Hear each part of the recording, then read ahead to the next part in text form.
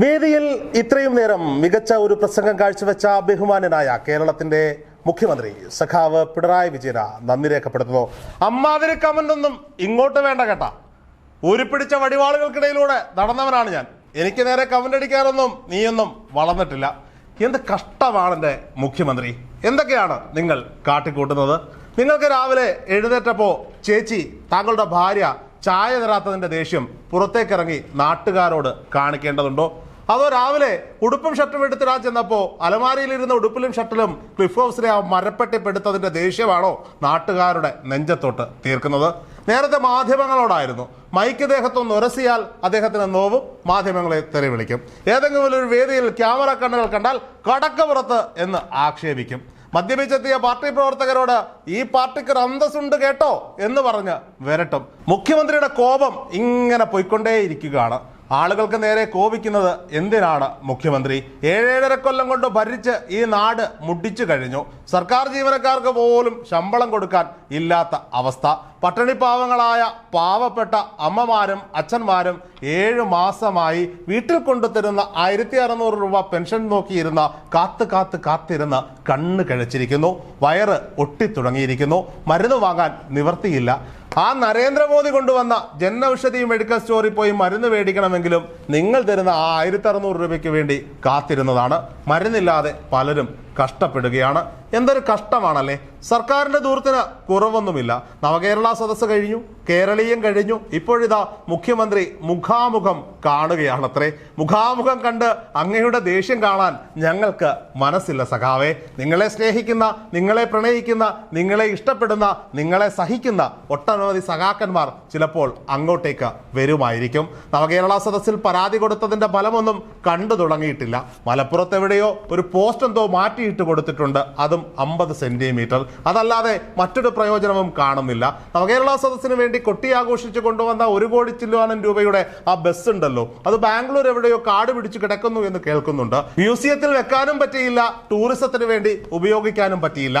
Bus കൊണ്ടുവന്ന് KSRTCയിൽ ഓടിക്കുമെന്ന് പറഞ്ഞ ആന്റണി രാജു ഇന്ന് മന്ത്രിയുമല്ല.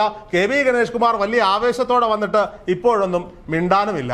പാവപ്പെട്ട ആളുകൾ കഷ്ടപ്പെട്ട് ലൈസൻസും എടുത്ത് വണ്ടിയും വാങ്ങിയിട്ട് RC ബുക്ക് പ്രിന്റ് ചെയ്യാനും അതിന്റെ പോസ്റ്റൽ പൈസയും കൊടുത്തിട്ട് പോലും അത് പ്രിന്റ് ചെയ്യുന്നവർക്ക് അതിന്റെ പേപ്പർ വാങ്ങാൻ കാശില്ലാത്തത് കൊണ്ട് RC ബുക്കുമില്ല, ലൈസൻസുമില്ല. ലൈസൻസ് പ്രക്രിയ പരിഷ്കരിച്ചിട്ടുണ്ട്. പക്ഷേ ആ പ്രക്രിയയൊക്കെ താണ്ടി അങ്ങ് ചെന്നാലും ലൈസൻസ് വീട്ടിൽ എത്തില്ല. അത്രത്തോളം കഷ്ടമാണ് ഖജനാവിന്റെ അവസ്ഥ.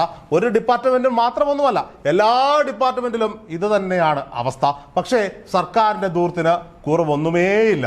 ഞങ്ങൾ വിചാരിച്ചത് ഈ 1,10,00,000 ബസ്സിൽ കയറി നിങ്ങൾ അവിടെ നിന്ന് കാസർഗോഡ് നിന്ന് തിരുവനന്തപുരത്തേക്ക് എത്തി ലക്ഷങ്ങൾ മുടക്കി വഴിയിലൊക്കെ പന്തലമിട്ട് സാധാരണക്കാർക്ക് ഒരു ആശ്വാസമാകുമെന്നാണ്.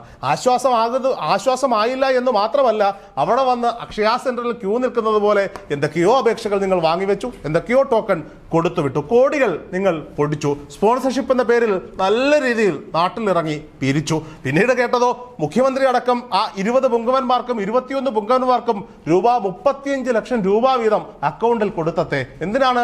ഈ പറയപ്പെടുന്ന കാസർഗോഡ് നിന്ന് തിരുവനന്തപുരത്തേക്ക് നല്ല അണ്ടിപ്പരിപ്പൊക്കെ കൂട്ടി ആഹാരം കഴിച്ചില്ലേ, ആഹാരം കഴിച്ച് സുഖിച്ചതിന് ഇരിക്കട്ടെ സർക്കാർ വക ഒരു 35 ലക്ഷം രൂപ കൂടി എക്സ്ട്രാ. ബസ് കൊണ്ടുവന്നപ്പോൾ നിങ്ങൾ പറഞ്ഞു ആ ബസ് മന്ത്രിമാർക്ക് ഒരുമിച്ച് യാത്ര ചെയ്യാനാണ്, ചിലവ് കുറയ്ക്കാനാണെന്ന്. മുക്കിന് 100ഉം 150ഉം വാഹനങ്ങളുടെ അകമ്പടിയോടെ ആയിരുന്നു രാജാവിന്റെ എഴുന്നള്ളത്ത്. മുഖ്യമന്ത്രി എന്താണ് ഇങ്ങനെ പെരുമാറുന്നത്? സഖാവ് പിണറായി വിജയൻ എന്ന് പറയുമ്പോൾ ഞങ്ങളുടെയൊക്കെ മനസ്സിൽ അങ്ങ് മുഖ്യമന്ത്രി ആകുന്നതിന് മുമ്പ് ഒരു ചിത്രമുണ്ടായിരുന്നു. അടിസ്ഥാനവർഗ പാർട്ടിയുടെ അമരക്കാരൻ, അടിസ്ഥാനവർഗത്തെ ചേർത്ത് പിടിക്കുന്ന നല്ല തൊഴിലാളി നേതാവ്. അങ്ങയുടെ രീതി ആയിരിക്കാം ഈ ദേഷ്യമൊക്കെ പുറത്തു കൊണ്ടുവരുന്നത്. പക്ഷെ ആരോടാണ് സാറേ ഈ ദേഷ്യമൊക്കെ കാണിക്കേണ്ടത്? ഇവിടുത്തെ പാവപ്പെട്ട ജനങ്ങളോ? 500 1000 രൂപയ്ക്ക് വേണ്ടിയിട്ടായിരിക്കും ആ പെൺകുട്ടി അവിടെ ആങ്കറായി വന്നത്. ആ പെൺകുട്ടി നിങ്ങളോടൊരു നന്ദി പറഞ്ഞതിന് എന്തിനാണ് സാറേ, എന്തിനാണ് സഖാവേ നിങ്ങൾ ഇത്ര ക്ഷുഭിതനാകുന്നത്? മൂലക്കുരുവിന്റെ അസ്കിത മുഖ്യമന്ത്രിക്കുണ്ടോ എന്ന് ഞങ്ങൾക്കറിയില്ല. ഇടയ്ക്കിടയ്ക്ക് അമേരിക്കയിൽ ചികിത്സിക്കാൻ പോകുന്നത് ഇനി അതിനാണോ എന്ന് അറിയില്ല. മൂലക്കുരുവിന്റെ അസ്കിത ഉള്ളവർക്ക് ഇടയ്ക്കിടയ്ക്ക് ദേഷ്യം വരുമെന്ന്